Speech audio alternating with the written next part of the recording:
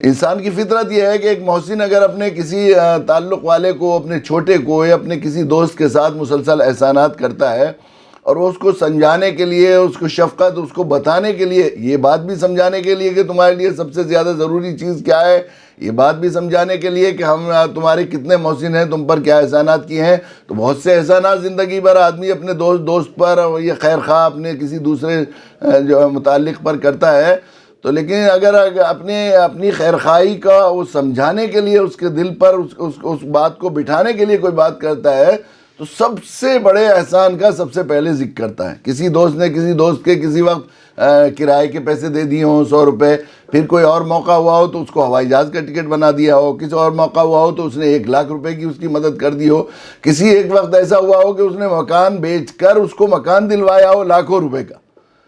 تو وہ جب کبھی اس سمجھانے کی بات آئے گی اور وہ اپنی خیر خواہی پر اعتماد بتانا ہوگا اسے اور یہ بتانا ہوگا، تو وہ سب سے پہلے اس کا ذکر کہ دیکھو میں وہ ہوں کہ اپنا گھر بیچ کر تمہارا گھر بنوا دیا تھا، میں نے لاکھوں روپے دیے.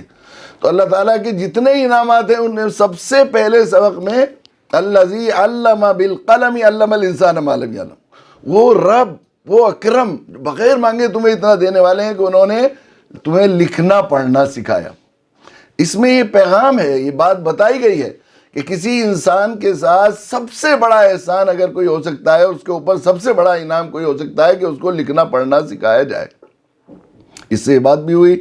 کہ اپنے بچوں کے لیے، اپنے چھوٹوں کے لیے، اپنی نسلوں کے لیے، امت مسلمہ کے لیے، انسانیت کے لیے اگر کوئی انسان سب سے بڑا احسان کرنا چاہتا ہے، اور اپنے والدین کا اپنے بچوں کے ساتھ سب سے بڑا کوئی احسان اور ان کے ساتھ سب سے بڑی شفقت اور رحمت اگر کوئی ہو سکتی ہے،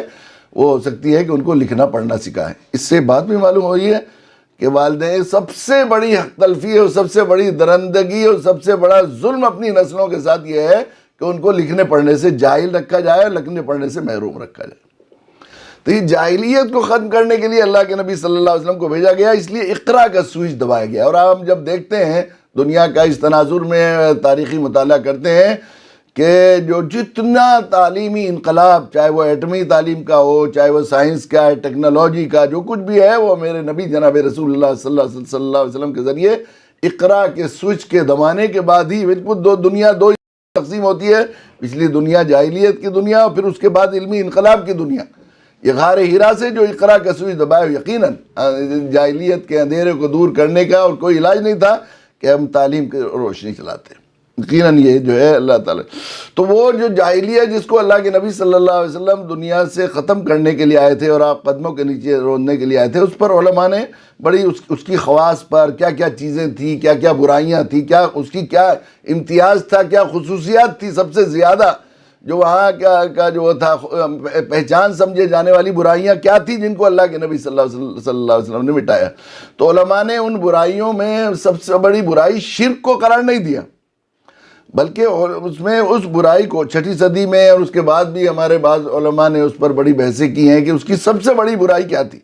تو سب سے بڑی برائی اس جاہلیت کی جو سب سے بڑی برائی تھی، عورتوں کا استحصال، عورتوں کی حق تلفی.